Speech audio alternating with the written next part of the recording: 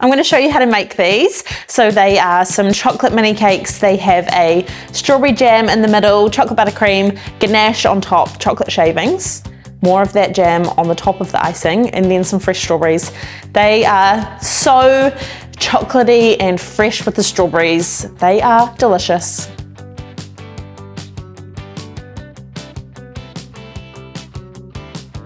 This is a batch of my chocolate mud mix. If you want to find the video for this, I'm going to link it in the description below. So make that, have it all ready to go. And then I've also got a mini loaf pan. So I don't want these cakes to stick. So I'm going to get some Sprink, give them a nice spray. It's my favorite cooking spray, if you didn't already know. And I have some little rectangular baking paper strips. So that way, if we put them in the bottom of the tin, then we'll be able to pull them out easily. If you just spray the tin, sometimes the cake will get stuck on the bottom still, so you just want to prevent that from happening. And baking paper does this, so it makes it super easy.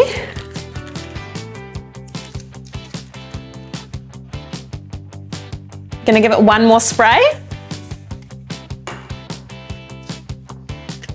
This is my favorite kitchen tool. It's just a spring release ice cream scoop.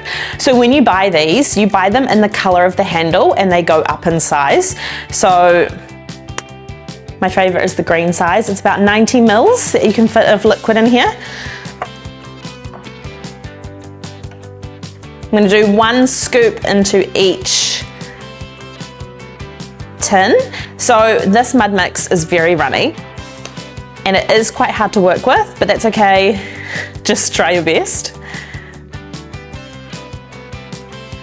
I like to get the scoop, put it into the mixture, and then almost like wipe it along the side of my bowl or the mixing bowl, and then quickly lift up.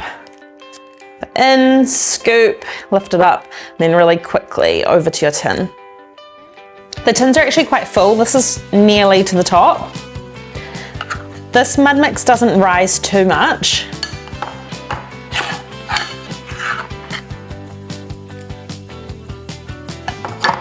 Okay, so I'm going to put these into the oven now.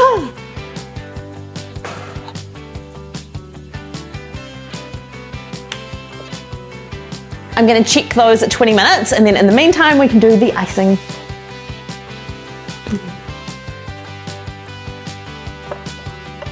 Next up, we're going to make the chocolate buttercream. So I have a batch of my base buttercream recipe here, so if you want to find the video for that too, the link is going to be in the description. So see how it's almost quite yellow at the moment because it's been sitting for a little while. So first up, I want to whip this again, and then it's going to go nice and light and fluffy. So put that into the mixer. Obviously, if you are making this from scratch, it's not going to look like this, but because it's been sitting for a little bit, I do want to mix it first before adding the rest of the ingredients.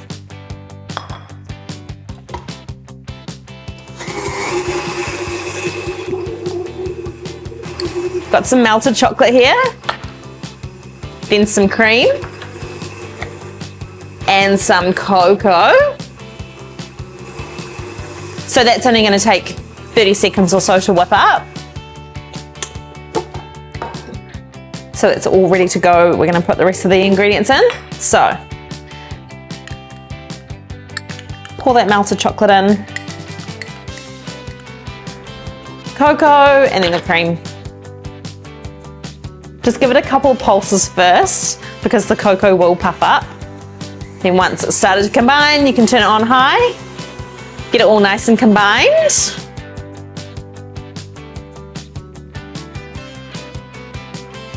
It's really obvious when you haven't scraped the bowl down with chocolate buttercream. So I'm just going to go around the edges and right down underneath. So that's it all done. I'm just going to leave it in the mixer bowl, and then when we're ready to pipe it onto the mini cakes, I'm going to give it another whip, because when it's sitting there, you'll start to get lots of air bubbles, and when you're piping, if you've got air bubbles in your piping bag, you'll get to that air bubble and then it'll kind of like explode on your cake, so you don't want that. We're going to leave that to the side and we can get our filling ready. This is a little hack if you're short on time. So I'm just going to use half of this jar of jam, and then just to freshen it up a little bit, I'm going to get some of these strawberries, just take the ends off. If you've got some uglier looking strawberries, use those ones. So we have 8 mini cakes. I'm gonna save 8 strawberries for decoration. Pick out your favorite ones. That's just one 250 gram punnet of strawberries. So I've saved my 8 and then the rest can go in the filling. So I'm gonna mash these and then fold it through the jam. And that way you just get a really nice, fresh, obviously fresh because it's fresh strawberries, but like a fresh taste of strawberry through the jam. You can never get that nice fresh taste when the strawberries are cooked because obviously the flavor profiles change. So, just get a fork and give them a good mash. Yum, I love strawberry season. We're just coming into the start of it. I can't wait for all the nice summer fruits. It's quite good using the strawberry jam because it's really nice and thick. So then we're gonna also thin it out a little bit with these fresh strawberries too. So you have a really nice texture. So scoop all of that in. And see that liquid from the strawberries really just thins it out nicely too. And it's so much redder now and vibrant from those fresh strawberries. So the jam was quite dull and we've really just lifted it. Cool, so we've got our chocolate buttercream, the strawberry filling, our fresh strawberries for the top. We can get started. Just gonna make a little chocolate ganache to drizzle over the top of the chocolate buttercream. So I've just got my chocolate glass I was using before. 50 grams of the dark chocolate. And then 25 mils of cream. So put that into the microwave for a minute, give it a stir, and then it might need another 30 seconds. So the cakes are all nice and cool. I'm gonna take them out of the tins. So hopefully with our little baking paper cases, we'll just be able to pull those out nicely. Perfect. And then once these are all out, I'll take the baking paper off. So they're nice and fresh, be really gentle. This chocolate mud cake recipe, because we whip the sugar and the eggs, they do have that kind of crunchy top, which is actually delicious. Kind of like a brownie. So a little bit of it will fall off, but that's all good. That plus the melted chocolate in the mixture. So yeah, it's just the type of cake that you get. I've just got a serrated knife, so I'm gonna go in the center of each cake. Do 2 little lines, leave about 1 inch on each side. And I'm gonna just pull out that center. We're making space for the strawberry jam. Go about halfway down into the cake and then just scoop. A little treat to eat as you're decorating these, eat all the insides. A serrated knife is definitely easier.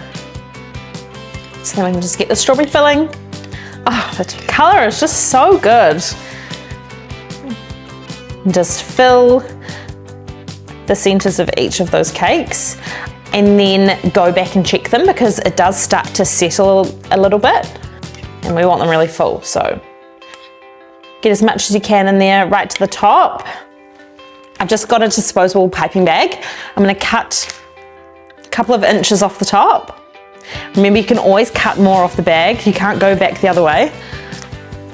Get this bit, throw it in the bin, or else it'll end up in your baking. Pull the piping bag down over your hand. This is a 1M open star nozzle. That's what we're going to be using today.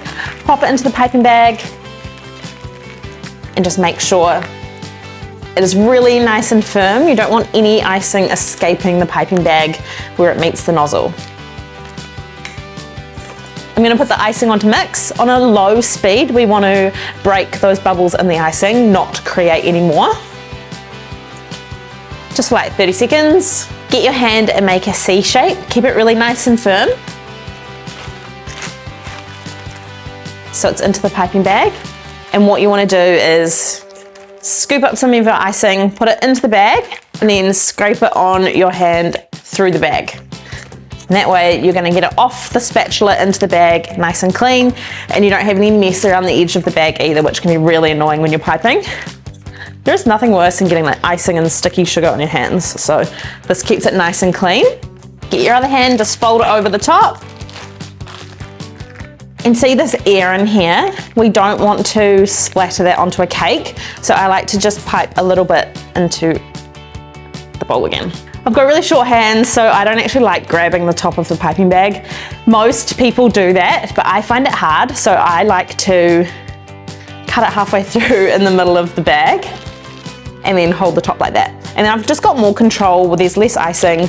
You could fill the bag up less, but that's annoying too. What you want to do is keep the piping nozzle completely horizontal and about an inch away from the top of the cake. And then the faster you squeeze and the more pressure, the nicer it will look. So you can't go slow, you have to just go really fast with this one. And then I'm gonna do like a zigzag motion right to the end. So squeezing really hard. And I'm also kind of lifting the nozzle up too. So squeeze and then just tiny little circular motion. So I'm actually doing that just really small over the top of the cake. When you get to the end, stop squeezing and then push the nozzle in and up a little bit. So the key to that is make sure you stop squeezing before you lift it, or else you get like a big tail of icing, which looks stupid. I love this open star nozzle. It's just so versatile. It looks so cute with that frilly little decoration on the cakes. And it's just so easy as well, and it looks good. So super fast actually. Now it's time to drizzle that ganache over. Let's give it another stir. You could put this in a piping bag too, but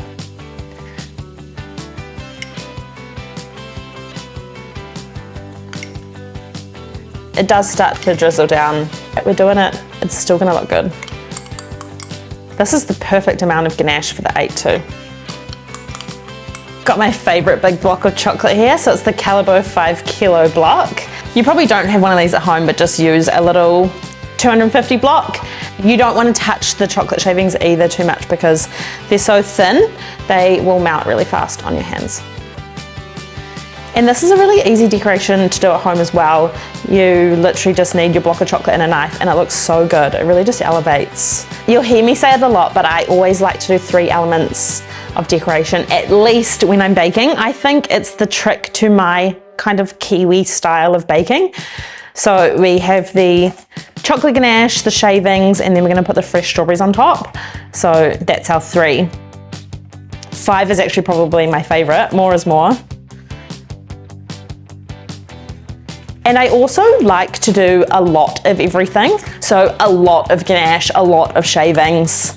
I'm gonna put as much of that strawberry on as I can. It just makes it look really delicious when you've got lots of decoration on top. Okay, we're gonna do it. We're gonna do a 4th element. So I've got a little bit of that filling left. I'm gonna do a little tiny dollop in the middle of each one. This will drizzle, but it'll look cute.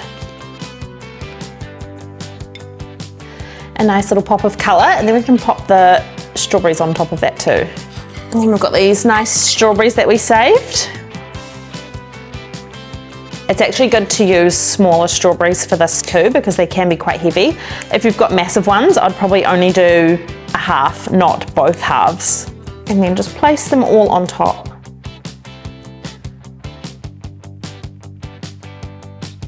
It's getting me so excited for summer.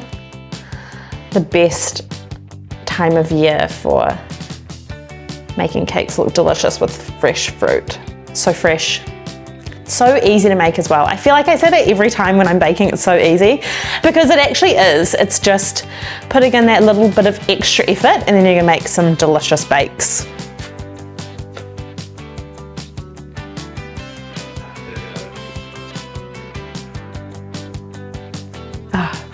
And this center is the perfect consistency with that fresh strawberry. Yum. Just screams summer.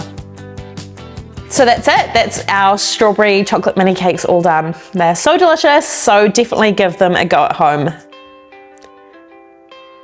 The end. Bye. See you next time.